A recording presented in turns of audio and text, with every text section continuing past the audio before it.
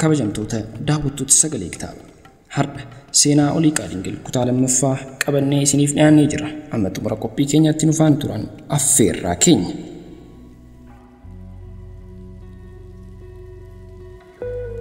Obbo Tafarii Alaabee Gomboo Haroo Machaaraa irratti fannifamuudhaan Qanyaazmaachi Dhoosaa Abbaa Qoroo qawwee dhoksite jechuudhaan harka isaanii duubatti hidhaniiti.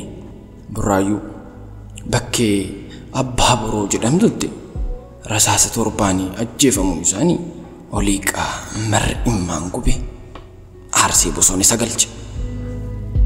Lubni Maammoo Corqaa fi Luba Gidaadaa Soolan Haayile Sillaasee wajjin qunnamtii qabdu jechuun harka isaanii lachan duubatti hidhani.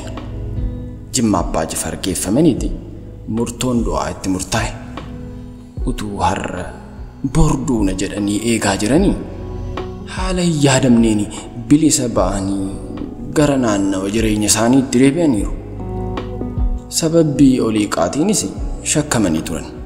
Oliiqaanii erga gabayyuu ajjeesee deemee booda gaaf tokko halkan keessaa sa'aatii 5tti haala haati warraasaa irra jirtu ilaalee deebi'uuf wayita gara mana isaatti kajeelu isheen teessee jirbii fo'aa Oliiqaa yaa abbaa jigsaa ati duute moo jirta?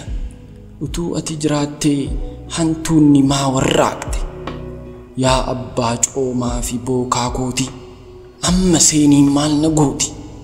Jettee osoo isa faarsituu dhokatee dhaggeeffataa eega tureen booda mana isaa bulee ganama bariidhaan bakka dhufetti deebi'e.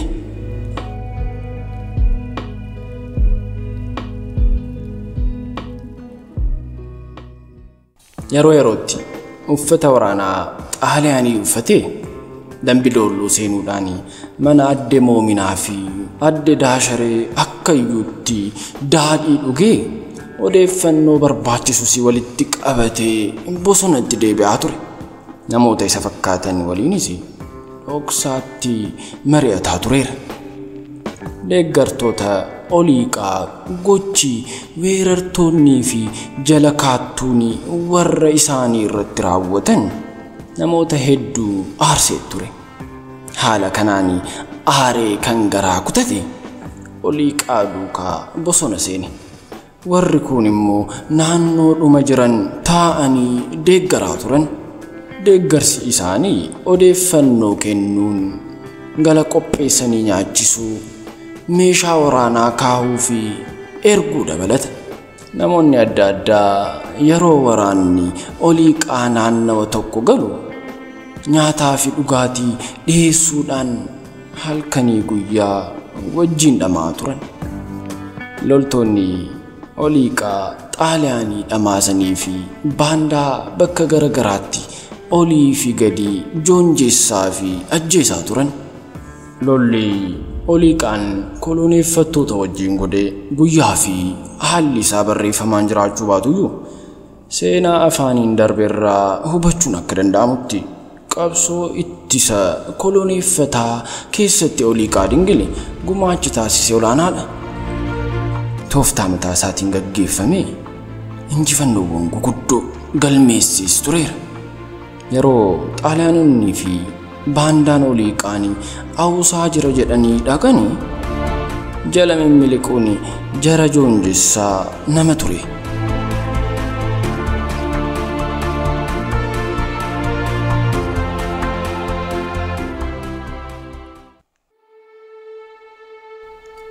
Injifannoowwan guguddoo waraana Oliiqaatiin argaman keessaa aanaa Yaamaalogii Walal keessatti bakki Fincoo fi Dubbisii jedhamu gidduu Xaaliyaanonni bakka Fincoo fi Dubbisii jedhamu gidduu Xaaliyaanonni 30 ta'an du'aniiru.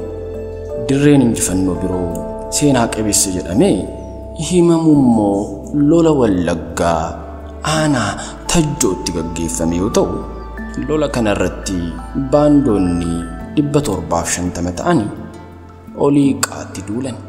Lola hamaa tooftaa fi kutannoo guddaa gaafate kanarratti Xaaliyaanii fi baandoonni waraana Oliiqaatiin yommuu dhumani loltuun Xaaliyaanii maqaan isaa Tinintii Bichee jedhamuu fi baandoonni sadii baqatanii akka deebi'an seenaan galmeessee jira. Namoota Xaaliyaanii wajjin walii galanii Oliiqaa fi waraana isaa booji'uuf yookiin ajjeesuuf yaalaa turan irratti Oliiqaan dursee tarkaanfii fudhataa ture. Obbo Wacilaa waloo miseensa waraana Oliiqaa kan ture dhaaba Bocoloo ajjeefnaan Oliiqaan battaluma sanatti Wacilaa waloo Anfillootti ajjeesee haloo ba'e. Aanaati iddootti immoo fuula Saababil Oliiqaa ajjeesee mataasaa muree fidan jedhee Xaaliyaanii fi waadaa galee waan tureef Oliiqaan aaree mana fuula Saababil dhaqe. Ajjeesee qawwee minshirii 5 irraa boojee meeshichaanii humna waraanaa isaa ittiin cimsateera. Kabajamtoota daawwattoota sagalee kitaabaa seenaa Oliiqaa Dingil kutaa lammaffaa asumarratti xumura. Kutaa sadaffaan hanga walitti deebinutti nagaan nuuf tura. Isin jaalanna horaa bulaa. Akkam jirtu daawwattoota sagalee kitaabaa kun sagalee kitaabaati. Akkam jirtu daawwattoota sagalee kitaabaa kun sagalee kitaabaati.